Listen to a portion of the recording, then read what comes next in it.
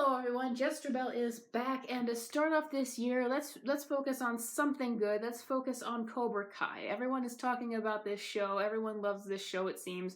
Well, maybe not everyone loves it, but I really enjoy the show, and I didn't expect to enjoy this show so much because I had seen the original Karate Kid movie, and it was fine, but it wasn't really for me. I wasn't really into it, but I'm just surprised at how much I love the show. I binge watched the first and second seasons last year on Netflix. I was super excited for the third season, which just came out, and I binged it in 2 days. I know a lot of you probably did it in a day, but I did it in 2 days. So let's just talk quickly about my thoughts on it. So people generally see season 1 of Cobra Kai as being really good, and then season 2 is dipping off a bit. And I agree with that. I think season 3 picks it up a bit, even though it has some flaws with it.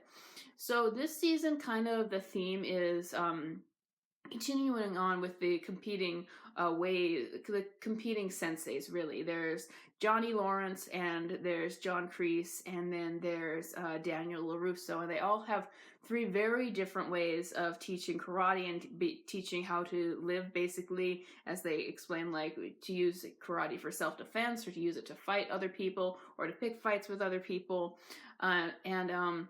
so we have basically three different viewpoints, and that's what season 3 is all about. And sometimes we get some backstory for John Kreese and why he thinks the way he does, or we're getting the background for Daniel and Mr. Miyagi, who taught him, and the history of his family and what he chose to not teach Daniel. And sometimes we're just kind of seeing Johnny Lawrence just completely lose his life and just flounder and try to get back on track. So yeah, so what I find so interesting about this show is basically the different viewpoints and how it lets you kind of see where everyone's coming from and kind of see the gray areas of everybody, and how it's trying to make you decide for yourself whose side you're on. Really, I think Kreese is pretty definitively a villain in this show, but there's so much moral ambiguity. It's what makes it so interesting to watch. This season, I liked seeing there was a lot of development again on the history of Kreese and the history of Miyagi-Do, basically, and I really thought that was great to watch. I liked the development of Johnny, of basically getting back on his feet, but I think that the best part about it were the kid characters in the show.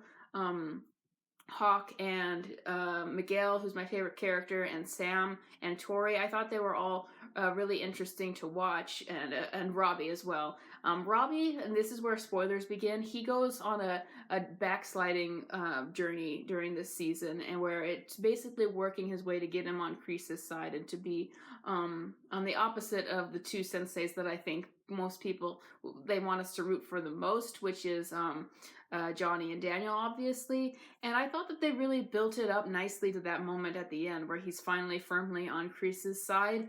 And other things like Sam's kind of progression of how she deals with PTSD of getting attacked, and Tori, who's I think is an excellent villain on this show, how she becomes even more solidly a villain, who is basically Kreese's prize student at this point. And there's also like a lot of fun payoffs and surprises, like in the first season, character Dimitri, who's really the nerdy, annoying kid. He's just so annoying. I used to hate him. I think you were supposed to hate him.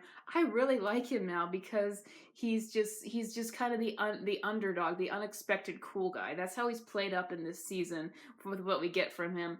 And in the very first episode he appeared in, he had a crush on this girl, probably a toxic crush on the meanest girl in class, Yasmin. She comes back this season, and they eventually try to do something with them. Kind of a toxic relationship going forward, but I thought that's a big payoff from the first episode Dimitri appeared in, where he had a crush on her, and like a very kind of funny relationship they've got going on. And that's an example of the payoffs of this season. And there's a lot of payoffs. Like, speaking of Dimitri, Hawk goes through a very interesting redemption arc in this season, and it's pretty much done in the best way, and the most reasonable explanation of why he would be pushed away from Kreese's side is because he sees his old bully being accepted onto Cobra Kai, and that just brings flashbacks of how he was treated once, and he gets to see that Kreese doesn't actually care about him with the way he's favoring these new students just because of how brutal they are, versus Hawk, who was originally more of the prize students.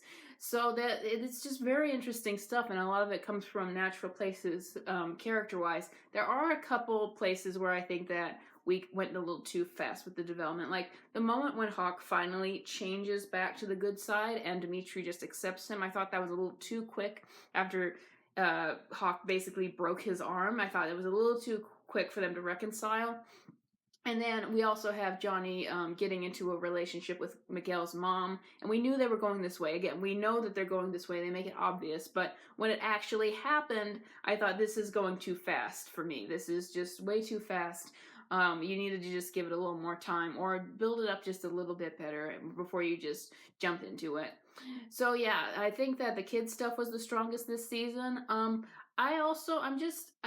They brought back Allie Mills from Karate Kid, and she's supposed to be the big, she's supposed to try to bring Daniel and Johnny together, and she does.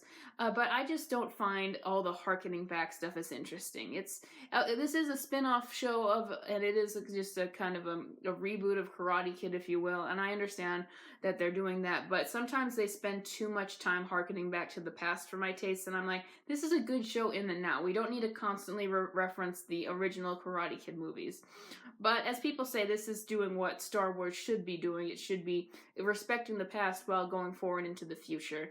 And it's really satisfying at the end of the show to do and see that Johnny and Daniel have finally come together with their dojos to go against Kreese's Cobra Kai dojo. And that's obviously, the next season is going to be about the conflicting sides of the conflicting ways that they teach karate and how they try to put them together. And as it's kind of said in the season, they kind of almost don't go together. So how are we going to see that worked out? So really interested and invested in season 4. I don't know when. I know that they're doing it. I'm not sure when this year it's going to come out, but I would strongly recommend this show. It's not perfect. There's some cheesy moments in it.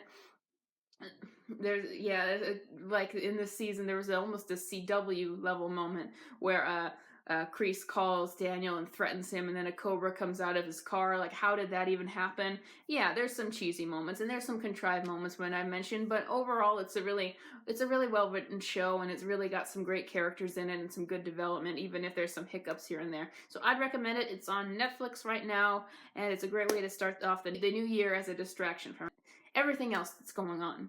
So thanks for watching. Please tune in for some more reviews and more stuff pertaining to movies and TV, and I'll see you next time.